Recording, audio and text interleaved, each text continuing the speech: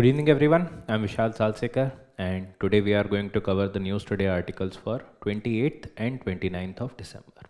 So in today's News Today discussion, we are going to cover three important articles in detail, which includes the first article regarding the political funding in India. So we are going to talk about that currently what are the provisions with respect to the political funding are available in India and what are the issues basically that are pertaining to the political funding, right? In the next article that we are going to talk about is regarding the common anti-terrorism squad structure that has been proposed, and right now there are focus upon that how different type of architecture can ensure the threats that is coming from diverse sources and the integrated command structure that can be created. So in this particular regard, this is going to be a very important article specifically from the GS paper 3 internal security perspective. Then we are going to cover regarding the human capital for the Viksit Bharat. So already the government is emphasizing a lot on the initiatives that are part of the Viksit Bharat initiative. And when we are talking about the human capital, it is basically talking about the human resources. And in order to ensure that we are going to ensure the utilization of the demographic dividend, this human capital has to be reaped, because India is one such country where there is one of the largest demographic dividend is available. If we are unable to utilize this particular demographic dividend, then eventually it is going to become the burden, right? So right now there is an apt opportunity that if we want to utilize the aspects of the Viksit Bharat, we have to ensure utilization of the human capital, right? Then we are going to cover certain other articles in the quick updates, right?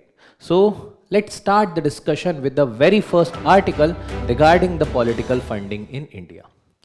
So the article states that there are certain concerns over the political funding that are pertaining in India, and that is being highlighted by various reports time and again. There are certain agencies, whether they are the NGOs or the organizations like the ADR, which is the Association for the Democratic Reforms, that is talking about that within India, with respect to the elections, in order to ensure the free and fair elections, there are certain hindrances that are occurring. Whether it is the criminalization of the politics, whether it is the utilization of the black money and the illegally accounted money in the electoral process is concerned, right? So all these are certain issues which are affecting the free and fair elections, which are mentioned under the Article 324 of the Indian Constitution. So from the perspective of the UPSC examination, GS paper 2 polity governance and the constitution, it is going to be a very important coverage. And along with that, obviously, the GS paper 4, which is talking about the ethics and the human interface, along with that the probity in governance. So these are going to be the important key themes that you can relate this particular topic to. Now, what is the recent context? So there has been an annual report that has highlighted that the contributions which are being received by the political parties, that is to some extent biased. Why? Because those which are the parties in power, they are eventually receiving comparatively more funds. And when it is like the parties which are in power receiving more funds, that means those corporates or the individuals who are contributing to that, they might also be contributing, keeping in mind that if in future this particular party is going to continue the rule, this is going to benefit their aspirations. So in effective way, it is to some extent like the lobbying situation, which is not obviously legal in India, but to some extent lobbying is being done through this type of architecture.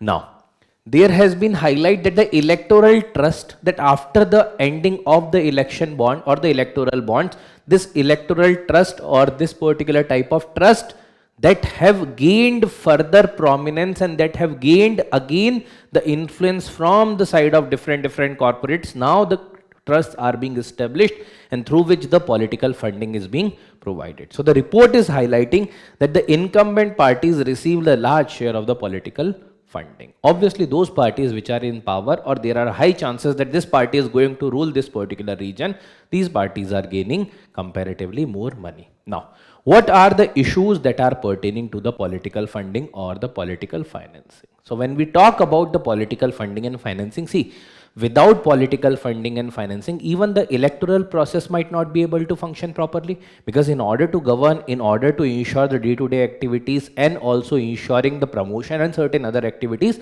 funding is needed. But when this type of funding is partial, or this type of funding is biased towards certain political party and not being provided equally to different political parties, this is going to also create a balance ka difference between different parties, right? So those parties which are getting more money will have more monetary power, which are getting lesser money, that will be having lesser monetary power, and that will eventually sometime reflect even in the election results also. So there is a lack of transparency and the anonymity that is also being observed. So since 2004-5 से लेकर 2022-23 तक, the country's 6 national parties, they have received the majority chunk of the funds. So roughly 19,000 plus crore rupee has been received by these 6 political parties, that has been highlighted by the ADR, and these are the amount which is received from the undisclosed sources or the unknown sources, which means that the accountability and transparency which the people should be knowing that from where these parties are getting funded, right? So when there is no information about it, that means maybe through anonymous manner mein this money has been transferred, and obviously there may be certain quid pro quo transactions ki bhai we are giving you money, in return give us certain benefits. So this is the first prominent issue with respect to the electoral funding in India. The next is regarding the unequal playing field. Now see, you might have already heard in the polity and might have read also about that there is a limit with respect to the electoral expenditure when it comes to the member of parliament and the member of legislative assembly when they are contesting their Lok Sabha elections or the state assembly ka elections. Now when they are fighting, the limit is on them but not on the parties. That means those parties which are having the deeper pockets, jinke paas zyada paisa hai, they are able to ensure putting out more money in the elections.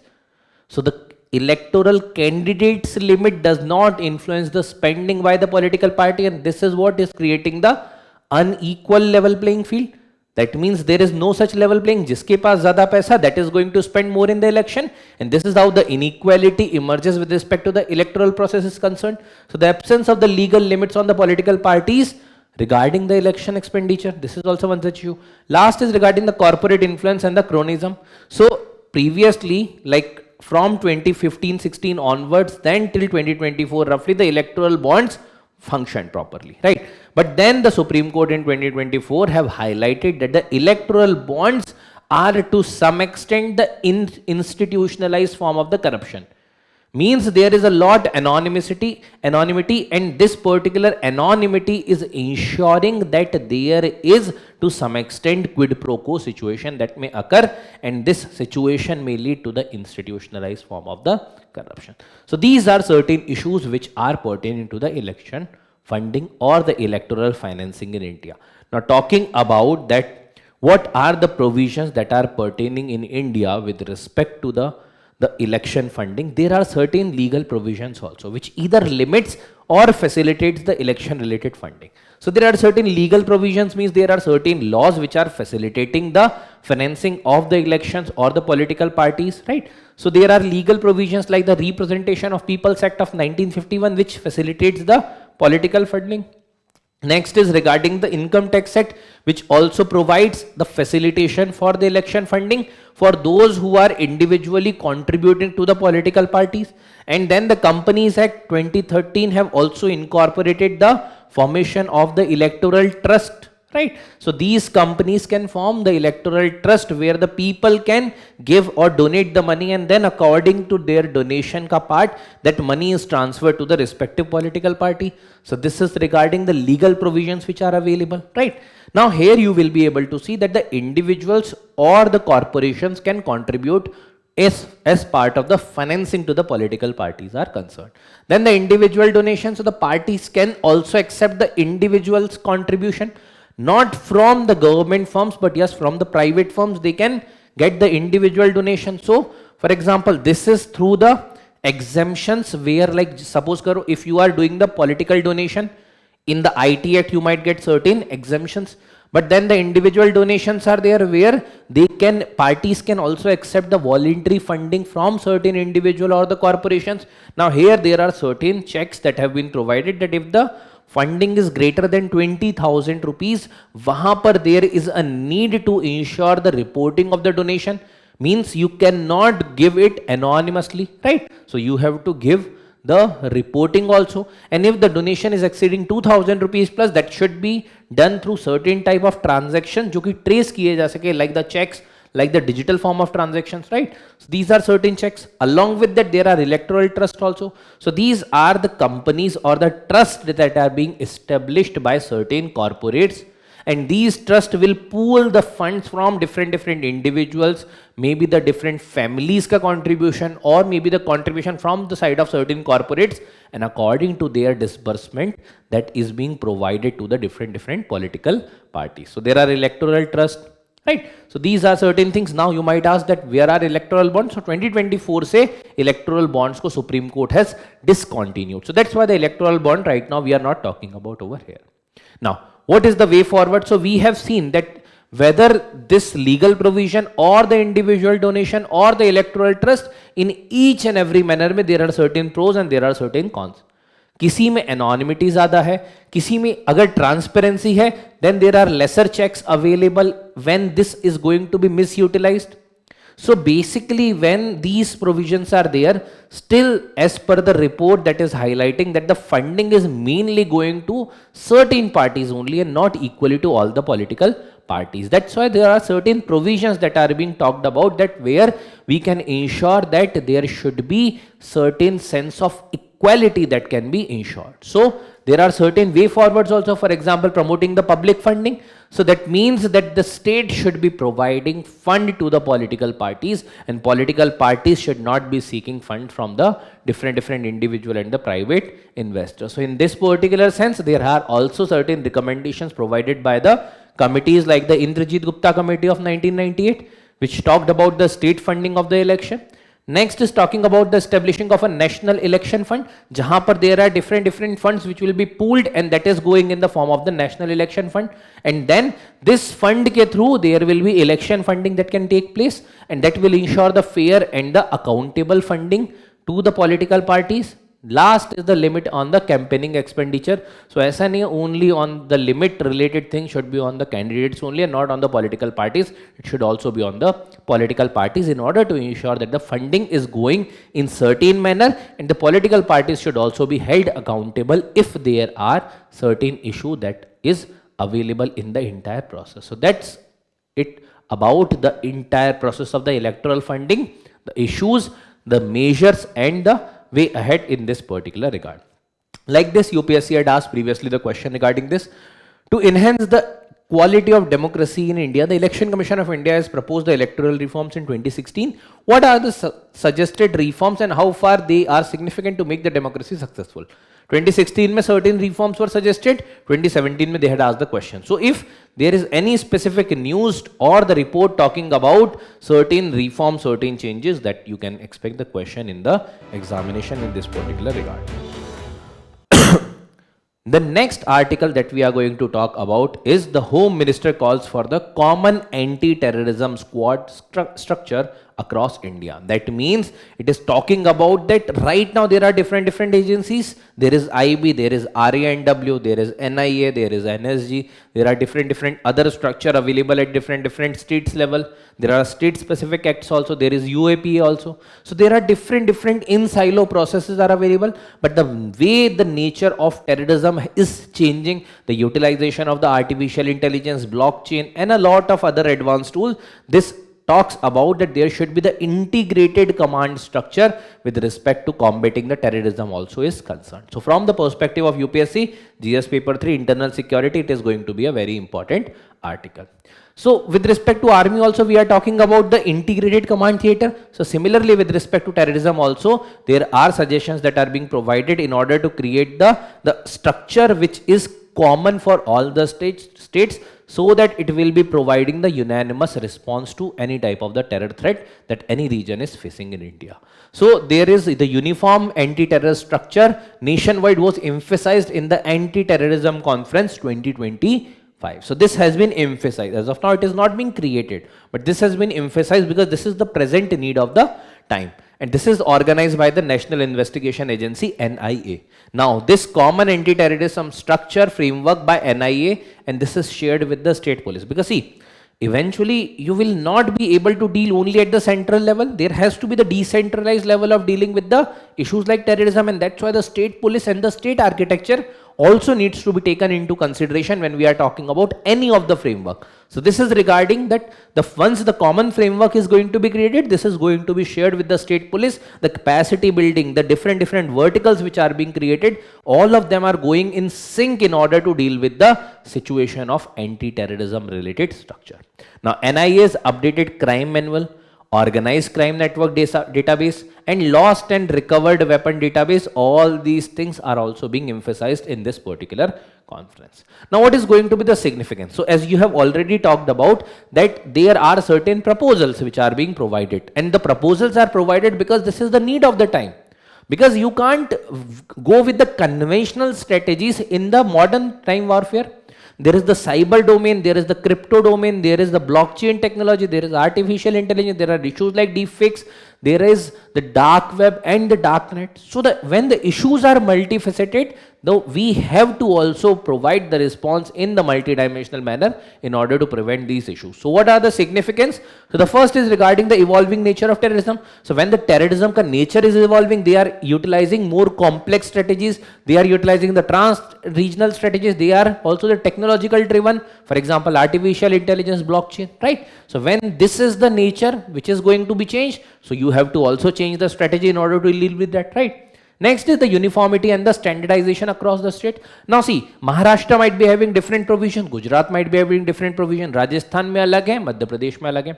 But terrorism aisa to nahi hai ki it is only impacting one state. So once the terror network is being observed right now also in the context of the Delhi serial blast cases, so there are issues and the links observed across different states. So जब issues different states से link है, so in that particular case, the uniformity and the standardization is also the need of the time in order to ensure the uniform response, right? So the consistent preparedness and the quick response across the state is also the need of the time.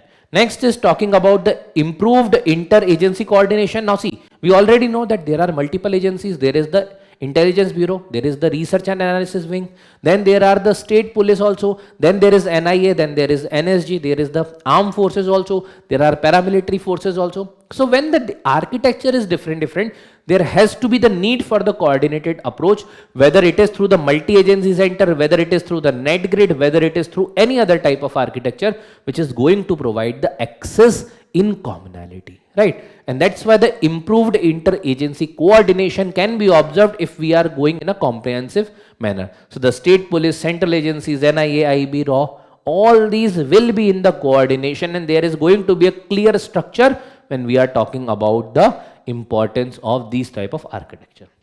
Next is the operational efficiency. So the standardized training, because see, once the SOPs are same, so obviously the training also has to be done based upon that SOPs. So there is going to be the standardized training, standardized database, then the technology utilization across the state, and the information flow is also going to be seamless, so that if there is any response that has to be provided, that can be done in a very quick amount of time, right?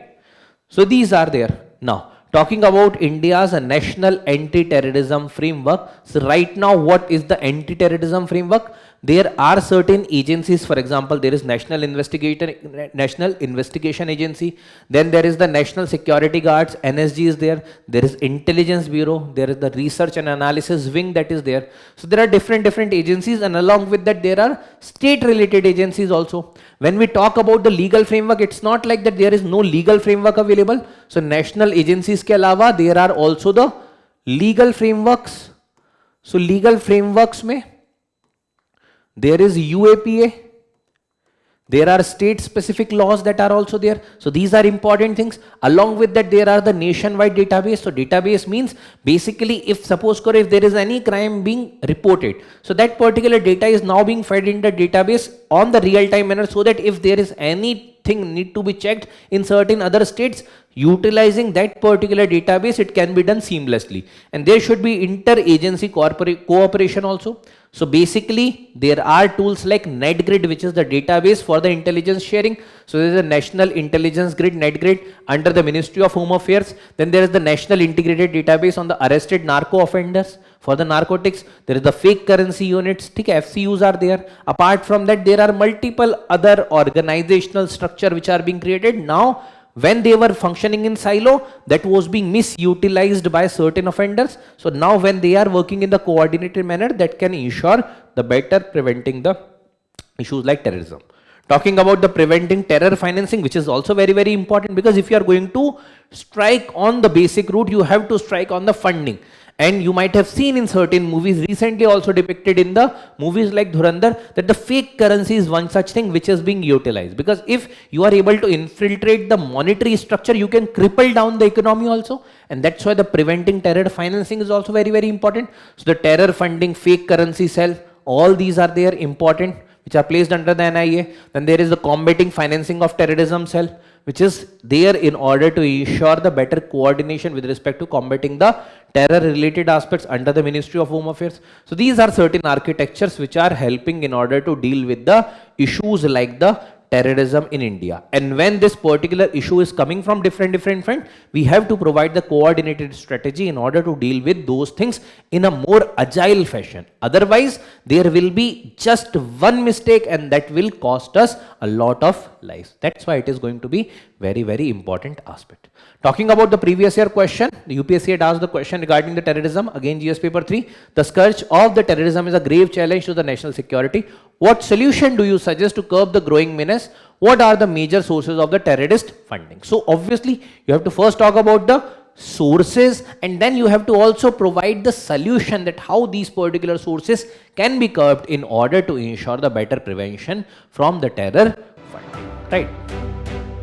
Next in this is regarding the human capital for the Viksit Bharat. So this article is basically talking about that how we can nurture the demographic dividend in order to reap the benefit which are being provided by the initiatives like the Viksit Bharat. So from the perspective of the UPSC GS paper 1, Indian society salient feature along with the demographic dividend, UPSC keeps on asking question about that, and UPSC had asked the question previously about the demographic winter, right? So you have to have an awareness regarding this.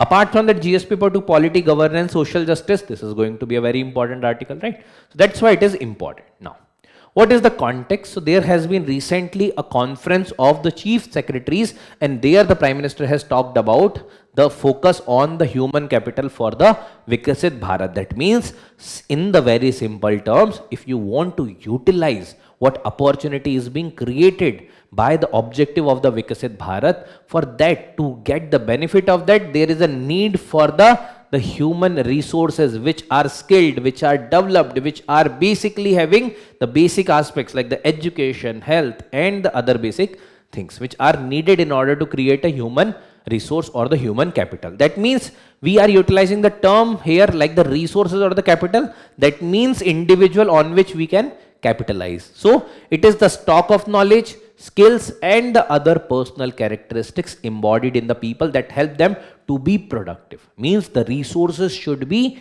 productive. That should contribute to the society, right? Now, talking about the significance of the human capital, as we know that what are the basic significance of the human resources.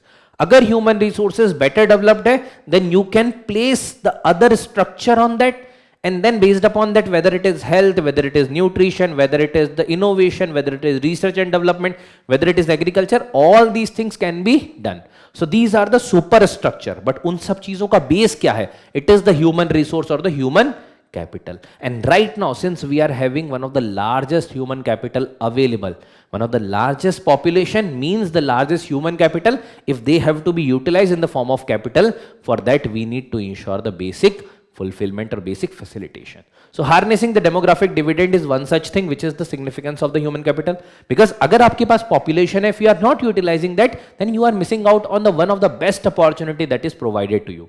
Because population does not only serve as the market, they are also the resources that can contribute effectively, not just as a consumer, but as a creator, as a contributor, right? So right now 60% of the population is in the working age, and that will peak to roughly 68.9% by roughly 2030.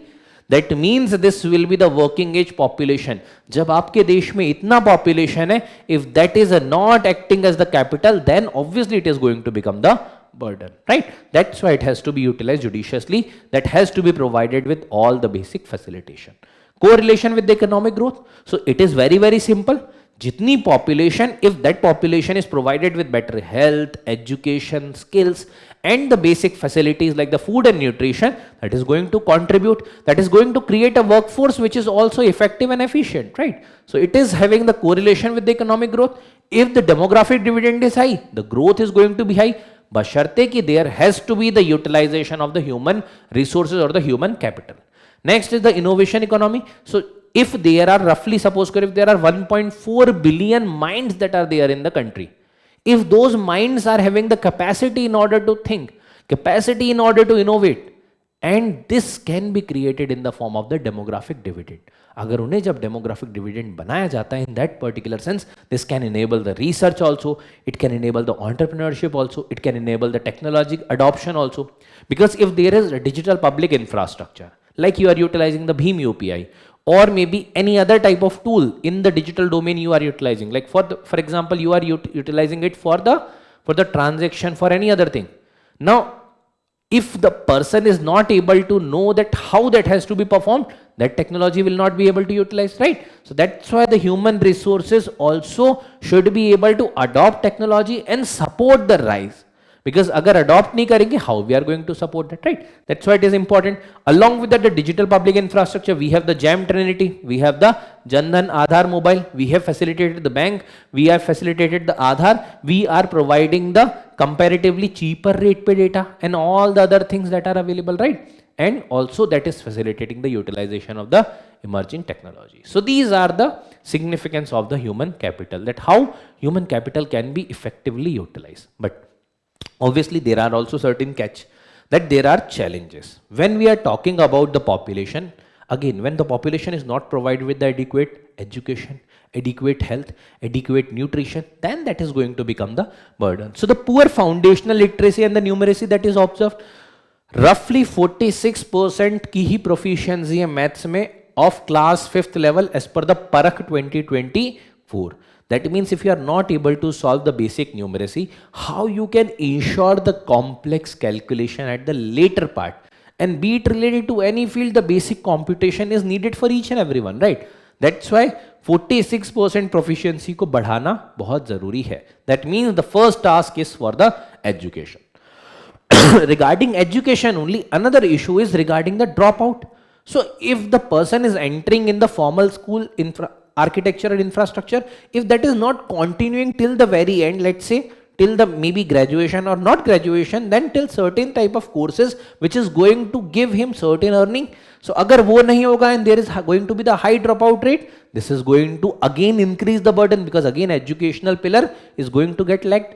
Then the low expected years of schooling, again 13.3% years in India against the 18 years benchmark of the developed nation. So there is already a gap of roughly 4-5 years ke around that is pertaining to that. And when this much gap is there, that is also one such key challenge as far as the challenge in order to utilize the benefits of the Viksit Bharat are concerned. Now, talking about the way ahead, there are certain things which need to be done. First is regarding strengthening the foundational learning. So there is a need for expansion of certain initiative like the Nipun Bharat, then the Bal Vatikas, early childhood education. So these are nurturing the child from the very beginning, and this is going to ensure that the child is not going to suffer because of the basic numeracy, basic literacy wala aspect. So the educational pillar can be made strong.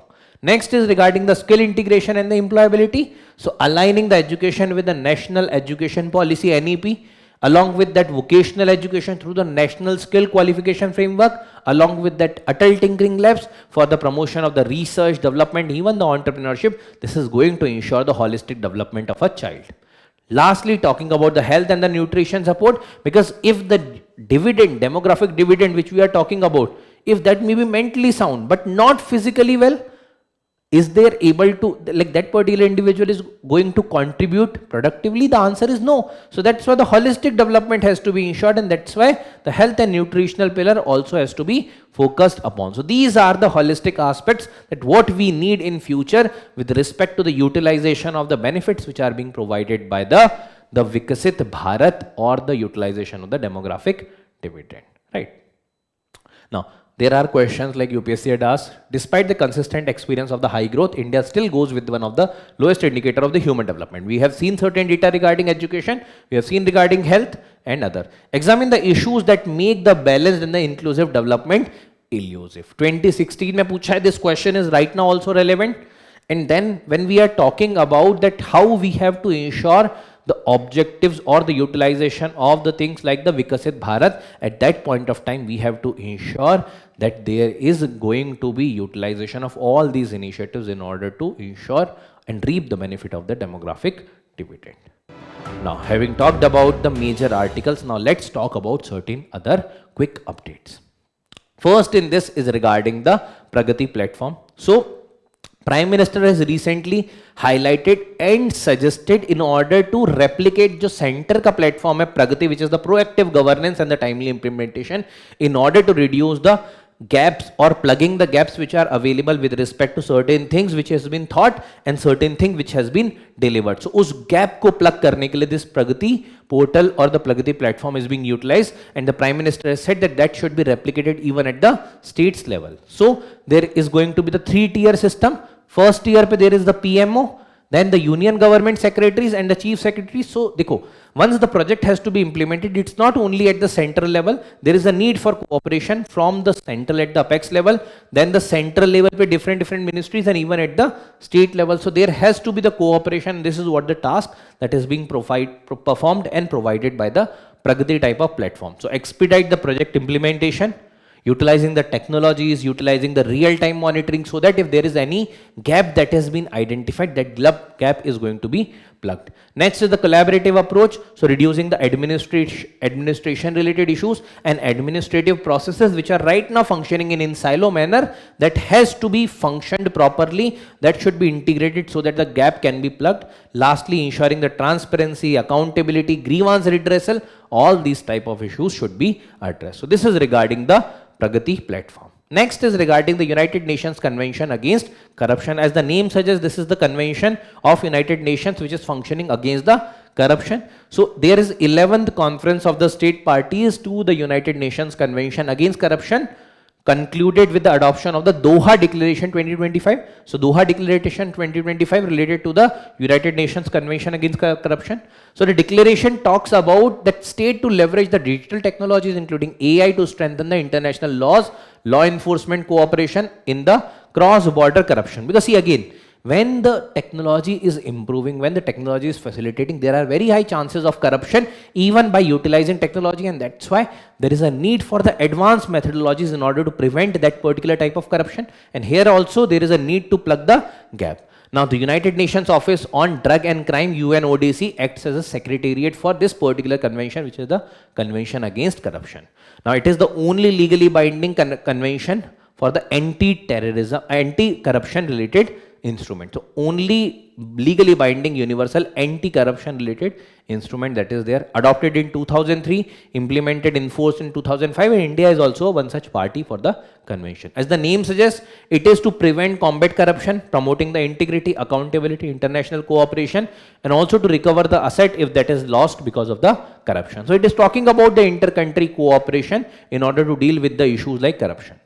Next is regarding GSTAT, which is the GST Appellate Tribunal, right? So the Finance Ministry has allocated the benches to 83 newly appointed members of the Goods and Service Tax Appellate Tribunal. So simply what is important, not the number of appointment, it is the body, GST, Goods and Service Tax Appellate Tribunal. So it has been formed under the section 109 of the CGST Act of 2017. So at the central level it has been formed. So it hears the appeals. Appeals किसके खिलाफ? Against the order by the appellate bodies or the revisional authorities in the and the anti-profiteering cases. मतलब if there is any appellate authority that has given certain verdict, so the tribunal में you can file the case against that particular appeal. So it is headed by the president. President कौन होगा? Either the Supreme Court judge or the past or the present High Court के Chief Justice, that will be one, and then 3 other members, then judicial members and the technical members from the center and state. Now the principal bench कहाँ पर है? In Delhi, and then there are 31 state benches across the 45 locations around. Not exactly important at how many locations, but it is not only at Delhi, there are the state benches also that are available. So this is regarding the GST Appellate Tribunal. Next is regarding the shipbuilding financial assistance scheme. So there are recently 2 schemes that are being launched with respect to the shipbuilding. So the Ministry of Port, Shipping and Waterways have notified the operational guidelines for the 2 major shipbuilding related initiatives. First is the shipbuilding financial assistance, जहाँ पे you are going to give the financial assistance for the shipbuilding. Even you will be providing or facilitating the credit for the scrap related process. मतलब if you are removing the ship and that is going in scrap, based upon that you can get also the credit, so that when you are going to employ another ship, new ship, there you can utilize that particular money. Along with that, you are going to establish the National Shipbuilding Mission in order to promote the development of ships. So this is regarding the shipbuilding financial assistance scheme. Next is regarding the shipbuilding development scheme. So this is the capacity development and the capability development initiative for the shipbuilding. So development of the new shipbuilding centers like the greenfield shipbuilding clusters, expansion of the and the modernization of the existing ones. So जो अभी available है उनकी capacity building करना और new establish करना. This is the objective of the shipbuilding development scheme, right? So modernization भी करना है और नए भी develop करना है. Next is regarding the magnetic leviation maglev technology. So the bullet train, which functions basically on the maglev technology, which is utilizing the magnetic field in order to propel and boost the speed of the bullet train. So China sets the world record with a high speed maglev train achieving 700 km per hour in 2 seconds. This is the way China is advancing right now. So it uses the electromagnetic forces to levitate the vehicles above the track and also eliminating the wheel and the track का contact. अगर wheel और track के बीच में contact ही नहीं होगा, that means there is not going to be any major friction, and that is going to boost the speed very quickly. So movement is achieved through the controlled magnetic field rather than the conventional engine. Means conventional engine will provide and propel the vehicle through the wheels, but then this is going to be through the controlled magnetic field. Energy efficiency, because it is going to reduce the contact कम रहेगा, frictions कम रहेंगे, and then it is going to boost the speed. So reduce the mechanical resistance, lower the energy loss and the maintenance rate. Similarly, smooth and silent operation, so absence of the physical contact, minimizing the noise and the vibration. So these are certain benefits of the maglev technology. Now you can see this is the magnetic leviation. This is the part of your rails जहां पर there is going to the magnets, and in that particular train also there is going to be the magnets. So when the similar poles they are repelling, that is going to ensure the levitation, and then propulsion कैसे होगा? जो opposite है that will attract and the similar will repel. So like this it is going to move forward. So there are 2 processes, levitation and the propulsion in the form of the magnetic leviation. Next is regarding the Viksit. So recently President undertook a sortie on board on the Indian Navy's indigenous submarine INS Viksit. So government जो Navy का एक project था P75, which has created 6 diesel electric propulsion system वाला submarines, which includes the submarines like Kalvari, Khanderi, Karanj, then the Vela, Vagir and the Viksit. This is the 6th one, right? So P75 project, which is the collaboration between the Mazgaon Dockyard Limited along with the Naval Group of France. So India and France का joint collaboration है, जिसकी last submarine थी Viksit, and this particular submarine में the president had taken a sortie. Constructed by the Mazgaon Dockyard Shipbuilders Limited, Mumbai, in collaboration with the France का Naval Group. It is named after the sandfish, a deep sea predator of the Indian Ocean. So जब भी ये नाम दिए जाते हैं, that has certain historical or other symbolic means. So that's why Viksit is important. If that is there in any specific question, you can eliminate the statement based upon the things provided.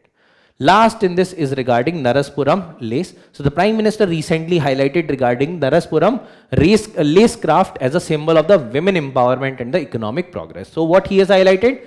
So he has highlighted that when this is going to be a major breakthrough as far as providing the employment to the women is concerned, and when the women is a majority contributor, because currently roughly 60% of the artisan involved are women. This, if this is going to be promoted further, it is going to provide the employment more to the women. What is this? It is found in the Naraspur or the Narsapur in the West Godavari district of the Andhra Pradesh. So basically एक तरीके का craft है, एक तरीके की handcraft है. This is, it is taught by the Christian missionaries to the local women, and now it is being flourishing. So what is this? It is the crochet craft which employs the fine cotton thread, crochet needles to produce the things like you are seeing certain asanas, or you are seeing certain type of mats which are being created by utilizing these type of the cotton thread and the crochet needles in order to create certain shapes. So intricate floral shape, geometric shape, paisley shape, right? All these are the shapes that are being developed. So you can also Google, you will be able to see that it is a type of handicraft which is being developed, and this is famous from the region of the West Godavari district of Andhra Pradesh. Now it has also got the GI tag and also part of the One District One Product award. Matlab, it has also got the award for this, right? So that's why Naraspuram lace is important. So with this, we have completed the News Today articles for the 28th and 29th of December. Whatever we have discussed, I hope that you have got clearly the things which were being mentioned. Along with that, certain data examples, you can take a note of that. And now there must be certain question. Try to solve that question and also visit the Digital Current Affair portal for getting further questions with respect to the current affairs. So I hope the things are clear to you. We'll meet again in another discussion. Thank you everyone. Have a great day.